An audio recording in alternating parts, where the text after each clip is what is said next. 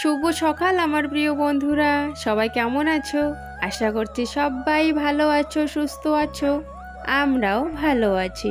কোচবিহার জেলার ছোট্ট একটা গ্রাম থেকে আমি কৃষ্ণা আমার ব্লগ চ্যানেলে তোমাদেরকে অনেক অনেক স্বাগত আর আমার অনেক অনেক ভালোবাসা। আমাদের এই মাটির ঘরের কাজকর্ম, রান্না বান্না তো সমস্তটা জুড়ে কিন্তু খুব সুন্দর একটা ব্লগ হতে চলেছে। আশা করছি তোমরা সম্পূর্ণ ব্লগে আমার সাথে থাকবে। আর বন্ধুরা, তোমাদের কাছে একান্তভাবে অনুরোধ রইল যে ভিডিওটা স্কিপ না করে দেখার জন্য। এই যে প্রত্যেক দিনের মতো সকাল থেকে কাজ আমার সংসারে শুরু হয়ে গেল। এই যে সকাল থেকে কাজে আমি ধরেছি, এখন ঠেকবে কোথায় গিয়ে বলো তো? একদম রাত 10টার দিকে। তো যাই হোক, সকালবেলা হচ্ছে এখন বাসনগুলো কলে পারে বের করে নিচ্ছি। রান্নাঘরের, শোয়ার ঘরের সমস্ত জানলা কিন্তু খুলে দিয়েছি। এখন বাসনগুলো বাইরে রেখে হচ্ছে আমি এখন রান্নাঘরটা ঝাড় দিয়ে দিচ্ছি। আর হ্যাঁ বন্ধুরা, প্রত্যেক দিনের মতো কিন্তু আজকেও কিন্তু তোমাদের সুন্দর সুন্দর কমেন্টের উত্তর দেব, তবে এখন নয়, একটু পর।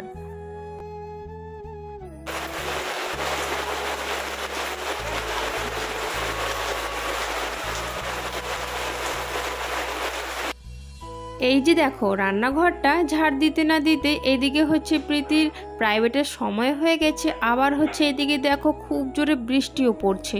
আজকে না ম্যাম বলেছে আর একটা যে মেয়ে প্রীতির সাথে পড়ে না, তো তাদের বাড়িতে নাকি আজকে পড়াবে। তো সেই জন্য আজকে আর আমাদের বাড়িতে পড়াবে না, 3-4 দিন ওদের বাড়িতেই পড়াবে আর কি বললো। তো সেই জন্য আমাকে আর কি নিয়ে যেতে হচ্ছে এখন ওদের বাড়িতে।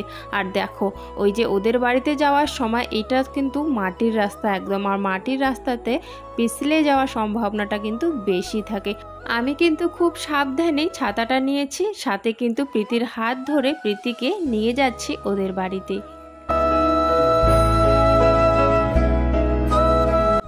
আমি বাড়ি চলে এসেই ছাতাটা রেখে দিয়েছি। আর আসতে না আসতেই বৃষ্টিও কিন্তু রাস্তায় কমে গেছিলো। আজকে এমন হয়েছে বলো তো, সারাদিন একটু করে বৃষ্টি হচ্ছে, আবার কমে যাচ্ছে, আবার একটু বৃষ্টি হচ্ছে, আবার কমে যাচ্ছে। এইভাবেই সারাটা দিন আজকে কিন্তু কেটে গেল। তো যাই হোক, এখন আপাতত বৃষ্টি নেই, তো তাই জন্য আমি এখন হচ্ছে বাইরে যে বাসনগুলো রেখেছিলাম, তো সেই বাসনগুলোই এখন ধুবো। আর রান্নাঘরে যে সার্ফের ডাব্বাটা আছে, ডাব্বা বলো কৌটো বলো, তো সেই কৌটোর থেকে একটু সার্ফ নিয়ে আসলাম, ছাই দিয়ে ভালো করে বাসনগুলো এখন মেজে নিচ্ছি। আর হ্যাঁ বন্ধুরা, তোমরা অনেক কয়েকজনে বলেছো মানে কিছু কথা বলার সময় আমার আর কি মিলছে না। কেন বলো তো মিলছে না? আমরা না রাজবংশী, তো আমাদের রাজবংশী ভাষায় যেটাই বলে, তো মায়ের সাথে বলতে বলতে না আমি ওই ভাষাটাও আর কি বলে দেই। তো সেই জন্যই তোমরা বলো। যেমন ধরো আমি বলেছিলাম সেদিনকে ব্রেঞ্চ, তো একজন লিখিয়েছিল আর কি ব্রেঞ্চ বলে না, ওটাকে নাকি বেঞ্চ বলে। তো যাই হোক, আর হচ্ছে যেমন ধরো থাম্বেল, তো থাম্বেলটাও আমার বলাটা নাকি ভুল হয়েছিল। তো যাই হোক বন্ধুরা, আমরা হচ্ছে কিন্তু রাজবংশী, তো তাই কথার মাঝে মাঝে কিন্তু রাজবংশী ভাষাতে আমরা যেটা বলি সেটা কিন্তু চলে আসে।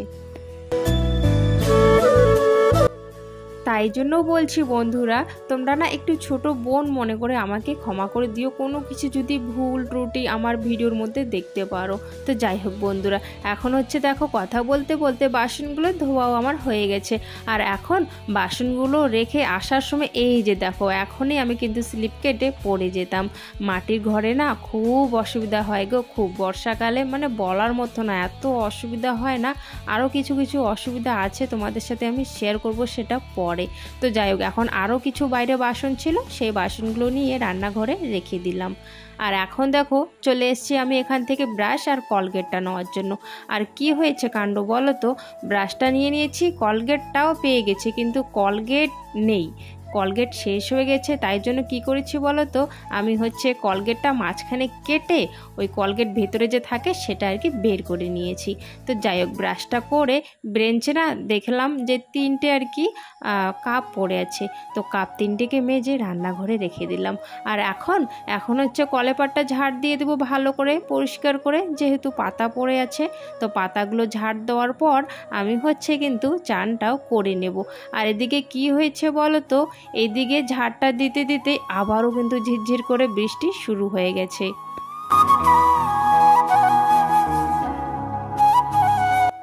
আর আজকে না সারাদিন বৃষ্টিটা হওয়াতে একটা আবার সুবিধা হয়েছে আমার, কি বলো তো, আজকে আর কলটা বারবার শুকিয়ে যাচ্ছিল না। বারবার যে জল দিয়ে দিয়ে পাম্প দিয়ে দিয়ে আর কি জল বের করতে হয়, সেই ব্যাপারটা আর হচ্ছিল না। মানে বৃষ্টি তো পড়ছেই সকাল থেকে, সেই জন্য না জলও শুকায়নি আজকে কলে। কিন্তু দেখো কথা বলতে বলতে এত জোরে জোরে বৃষ্টি শুরু হয়ে গেছে, কি বলবো আর। তো আমি এখানে হচ্ছে গামলাটা দিয়ে দিলাম, যেহেতু এখানে খুব পরিমাণে জল পড়ে তো প্লাস্টিকটা ছিঁড়ে যাওয়ার সম্ভাবনা থাকে, সেই জন্য এখানে গামলাটা কিন্তু দিয়ে দেওয়া হয়। আর ওইদিকে দেখো রান্নাঘরের বারান্দায় আমি বস্তাগুলো পাতা ভুলেই গেছি, আর অর্ধেকটা কিন্তু মাটি নষ্ট হয়ে গেছে বলতে আর কি ধুয়ে গেছে, গর্ত গর্ত টাইপের হয়ে গেছে। এখন গিয়ে আমার নজর পড়লো যে এখানে তো আমি বস্তা দেইনি, তো তাই জন্য কিন্তু বস্তাগুলো ওখানে ভালো করে দিয়ে দিলাম ধারটার মধ্যে আর কি। তো যাই হোক, এখন হচ্ছে চানটা করে নিয়েছি, চানটা করে রান্নাঘরে চলে এসেছি, কারণ হচ্ছে প্রীতম আর প্রীতির নাকি খিদে পেয়ে গেছে। তো সেই জন্য ভাবলাম ওদেরকে আগে রুটিটা বানিয়ে দিই, তারপরে হচ্ছে যাব ঠাকুর ঘরে। আর ঠাকুর ঘরে ঢুকলে আজকে তো একটু দেরি হবেই, কারণ আজকে যেহেতু বৃহস্পতিবার, তো সেই জন্যে না ওরা তো ছোট, ওদেরকে আগে খাবারটা বানিয়ে দিলাম, তারপরে হচ্ছে আমি ঠাকুর ঘরে চলে এসেছি। আর একটা কথা কি বলতো, যতই বৃষ্টি হোক না কেন বর্ষাকালে আমি না সময় মতোই কাজগুলো করে থাকি। কারণ হচ্ছে এই দেখবে তোমরা যে বৃষ্টি কমুক তারপরে এই কাজটা করব, বৃষ্টি কমুক তারপর ওই কাজটা করব, ওই করে না কাজগুলো কিন্তু খুব দেরি হয়ে যায় আর করাই হয় না। তো সেই জন্যে না বৃষ্টি বৃষ্টি পড়তেই থাকে, আমি আমার কাজ এদিকে কিন্তু করতেই থাকি।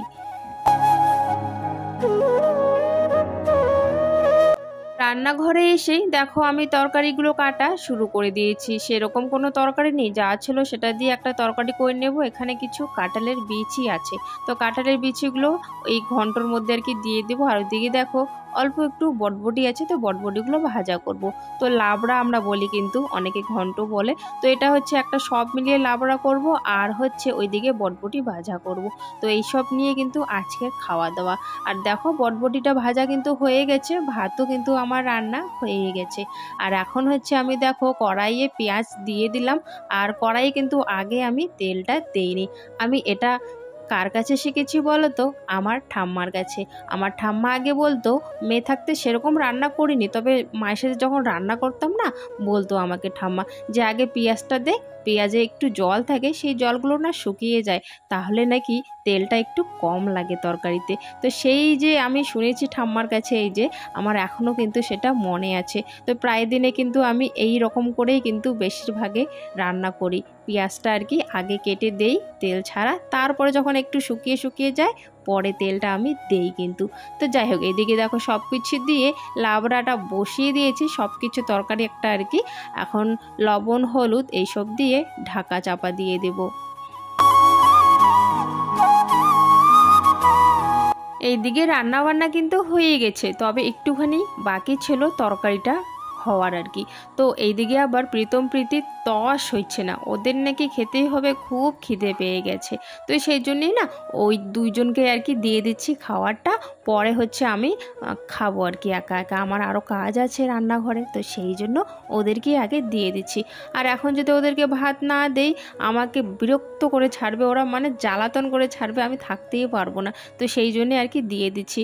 আর কি বলতো, সেরকমও কিন্তু খিদে পায় না, তবে কি বলতো ওরাও না চালু আছে খুব, চান করলেই না, যেহেতু খাওয়া দাওয়ার পরে একটু মোবাইলটা দেখতে পারে, তো সেই জন্যেই না মানে স্নান করা হয়ে গেছে, এখন মানে যত তাড়াতাড়ি হোক খাওয়া দাওয়াটা করলেই মোবাইলটা নিয়ে শুতে পারি। তো সেই জন্যে না খুব জ্বালাতন করে, আবার দিলেও কিন্তু সেরকম ভাত খায় না বেশি, ওই অল্পই খায়। তো আমি দিয়েই দিলাম। যাই হোক, এদিকে হচ্ছে রান্না বান্নাও শেষ হয়ে গেছে, রান্নাঘরটা এখন পরিষ্কার করে নিচ্ছি।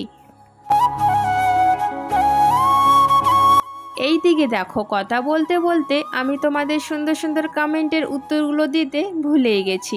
চলো এবারে তোমাদের সুন্দর সুন্দর কমেন্টের উত্তরগুলো দিয়েই ফেলি।